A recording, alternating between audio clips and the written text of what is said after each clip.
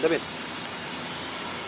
Pemirsa, kanji rumbi merupakan salah satu sajian istimewa khas Aceh saat berbuka puasa di bulan suci Ramadan.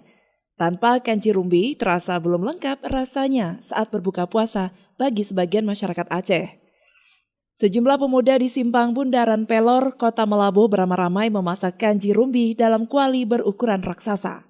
Dikenal mempunyai manfaat bagi kesehatan, kanji rumbi ini banyak ditunggu-tunggu oleh penikmatnya.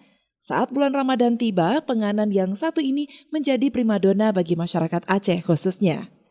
Tak heran, rasanya yang gurih dan disantap selagi hangat memang tak hanya lezat di lidah, namun juga nyaman di perut.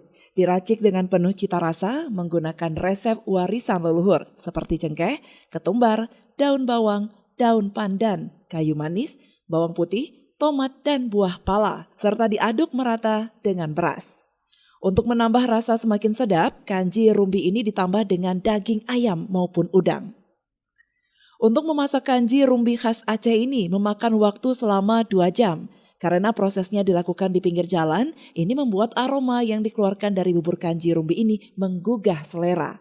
Sehingga warga rela antri sebelum kanji rumbi selesai dimasak. Bubur ini hanya ditemukan saat bulan Ramadan di Aceh. Kanji yang mirip bubur ayam ini sengaja dibagikan kepada warga secara gratis, sebanyak 500 porsi untuk menu berbuka puasa. Hari ini kita lakukan pembagian takjil kanji rumbi gratis di pinggir jalan di Kota Melabuh, yaitu di pusat kota. Kita membagikan di sini karena masyarakat berkeliling mencari berbuka untuk berbuka. Jadi kita tempatkan di Simpang Pelor ini. Jadi kanji rumbi ini kita bagikan pada masyarakat. Alhamdulillah masyarakat banyak yang mengambilnya. Kanji rumbi ini khasiatnya untuk menambah stamina. Jadi kalau kata orang tua bilang awet muda ya.